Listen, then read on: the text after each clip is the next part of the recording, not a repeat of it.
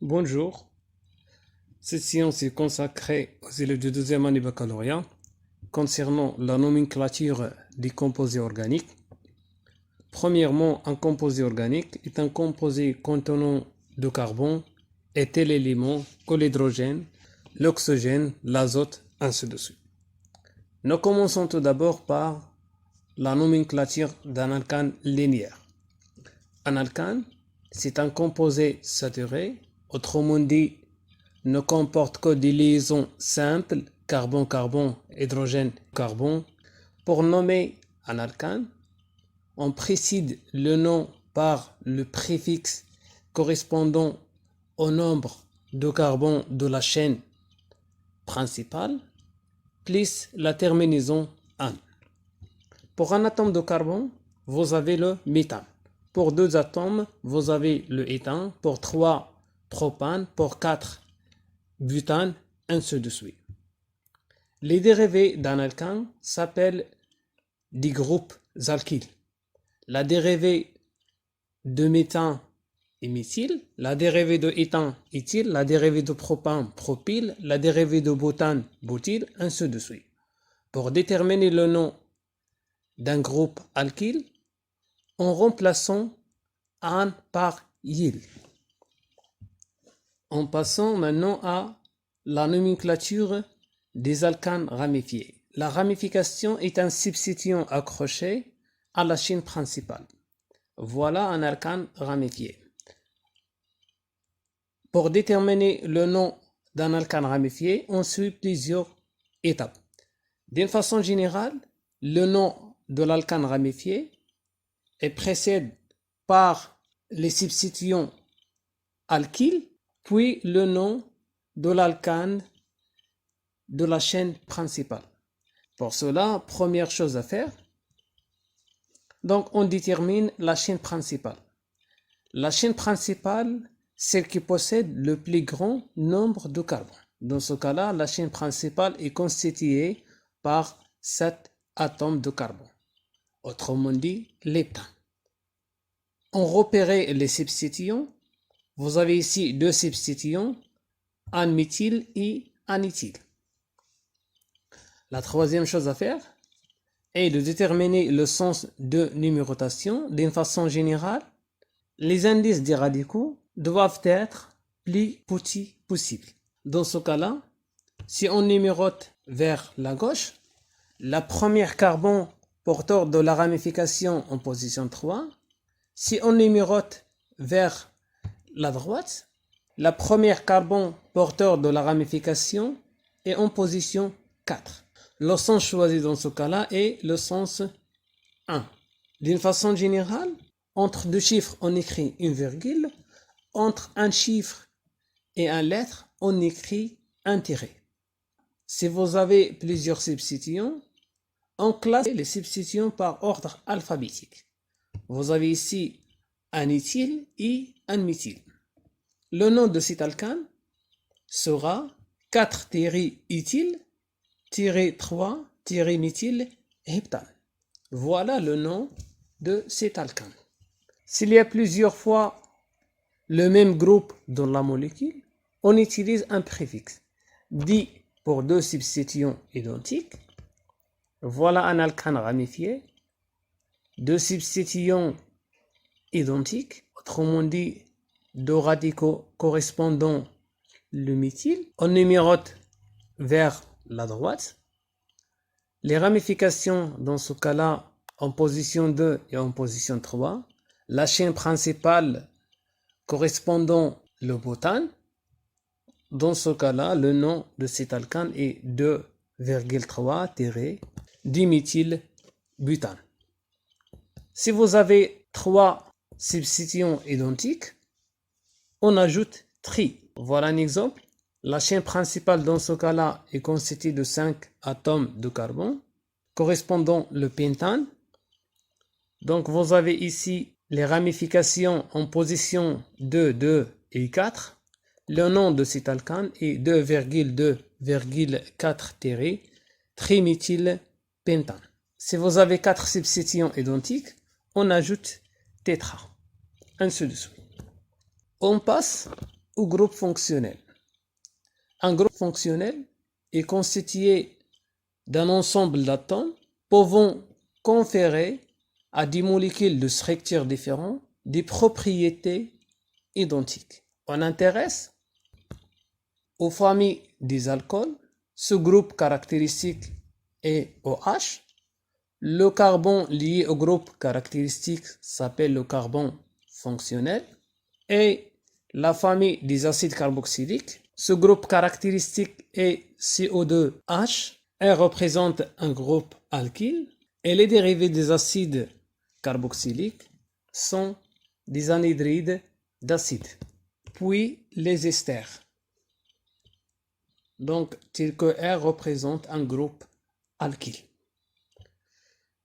Nous commençons tout d'abord par les alcools. La nomenclature des alcools est similaire à celle des alcanes en remplaçant la terminaison E de l'alcane par ol et en précisant l'indice de position de la fonction alcool qui toujours doit être le plus petit. D'une façon générale, le nom d'un alcool est l'alcane en supprimant le E, tirer indice qui indique la position de la fonction alcool, tirer ol.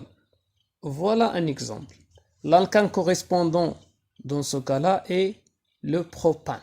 On numérote vers la droite le carbone fonctionnel en position 3. Si on numérote dans le sens inverse, le carbone en position 1.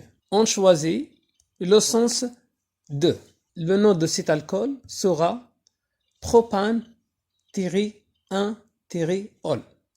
Voilà un autre exemple. On numérote soit vers la droite, soit vers la gauche. Le carbone fonctionnel en même position. Le nom de cet alcool est propane-2-ol. Voilà un autre exemple. La chaîne principale contenant le carbone fonctionnel est constituée de 4 atomes de carbone. Le carbone fonctionnel a une position 2. Le nom de cet alcool est 2-méthylbutane-2-ol. Voilà le nom de 3 alcools. Le premier exemple est un alcool primaire lorsque le carbone fonctionnel lié à 2 atomes d'hydrogène. Le deuxième exemple est un alcool secondaire lorsque le carbone fonctionnel lié à un seul atome d'hydrogène. Le troisième exemple est un alcool tertiaire lorsque le carbone fonctionnel n'est lié à aucun atome d'hydrogène. On passe à la nomenclature d'un acide carboxylique. Le nom d'un acide carboxylique s'obtient en remplaçant E de l'alcane correspondant par le suffixe -ique. Toujours le carbone fonctionnel porte le numéro 1. On choisit toujours le plus longue chaîne contenant le carbone fonctionnel. Je donne un exemple. Voilà ici l'alcane correspondant est 2-méthylpropane. On supprime E et on ajoute -ique et on précise le nom de cet acide par le mot acide. Donc l'acide sera l'acide de méthylpropanoïque. Le deuxième exemple, vous avez ici le éthane. On supprime E et on remplace par -ique et on ajoute acide. Le nom de cet acide sera l'acide éthanoïque. Et le troisième exemple, donc vous avez ici 4 atomes de carbone dans la chaîne principale contenant le carbone fonctionnel. 2 ramifications en position 2 et 3. Le nom de cet acide carboxylique, acide 2,3-diméthylbutanoïque. Et voilà le dernier exemple qui correspond à l'acide pentanoïque. Les dérivés des acides carboxyliques sont des anhydrides d'acide. On obtient anhydride d'acide à partir de déshydratation d'un acide carboxylique, la suppression de la molécule H2O. Dans ce cas-là, pour déterminer le nom d'un anhydride d'acide, on cherche à déterminer l'acide correspondant. Dans ce cas-là, l'acide correspondant est l'acide éthanoïque. On supprime l'acide et on ajoute anhydride. Dans ce cas-là, on obtient anhydride éthanoïque.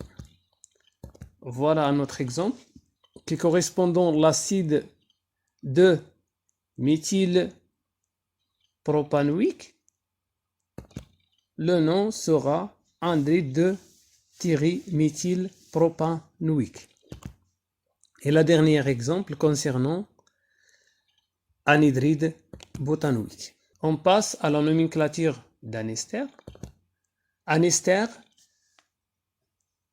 est de formule générale R1COO-R2, tel que R1 et R2 sont des groupes alkyles. Le nom d'un ester se termine toujours par Watt. Pour obtenir le nom d'un ester, on intéresse un nom de l'acide correspondant et le nom du groupe alkyle. Dans ce cas-là, l'acide correspondant est l'acide méthanoïque. On supprime le mot acide, on obtient méthanoïque. On remplace la terminaison -ique par Watt, donc on obtient méthanowatt. On ajoute 2 suivi le nom du groupe alkyle R2. Le groupe alkyle R2 dans ce cas-là est propyle. Le nom de cet ester est méthanoate de propyle. Voilà notre exemple. L'acide correspondant est l'acide 2-thyréméthylpropanoïque et le groupe alkyle correspondant éthyle. Le nom de cet ester est 2-thyréméthylpropanoate de éthyle. Et le dernier exemple correspondant propanoate de éthyle. Et merci pour votre attention.